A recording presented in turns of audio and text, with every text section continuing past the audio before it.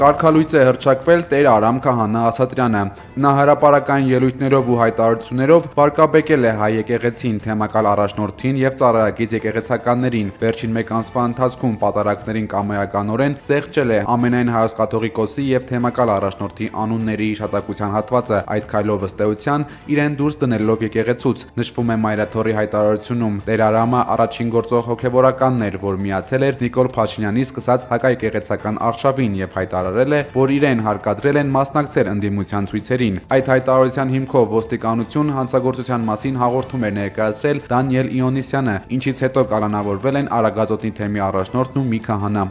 Ես իրենց վճիռը չեմ ընդունում։ Տեր Արամ Քահանան չի պատրաստվում լքել Հովանավանքի եկեղեցին, որտեղ ծառայում է։ Ավելին, նա հավատացյալներին հրավիրել է կիրակնօրյա պատարագի, որը պատրաստվում է հենց ինքը մատուցել։ Այդ պատարագին ներկա կլինի նաև Հայաստանի վարչապետը։ Նիկոլ Փաշինյանն այդ մասին հայտարարել է Facebook-ում։ Հայաստանի այս ծառայական սուրբ եկեղեցու հավատավոր հետևորդ, քույրեր եւ եղբայրներ,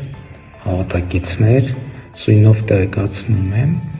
որ առաջիկա կիրակի օրը հոկտեմբերի 26-ին Հովանավանքում մասնակցելու եմ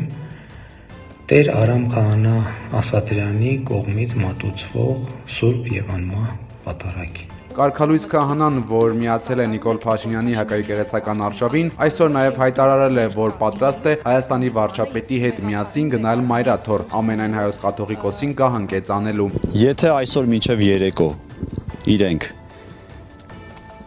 այն ինչ որ գրել եւ ստորագրել են չփոխեն, այո, սատարելու եմ։ Եվ արդեն պարզ է դառնում, որ Հայաստանի Հանրապետության վարչապետը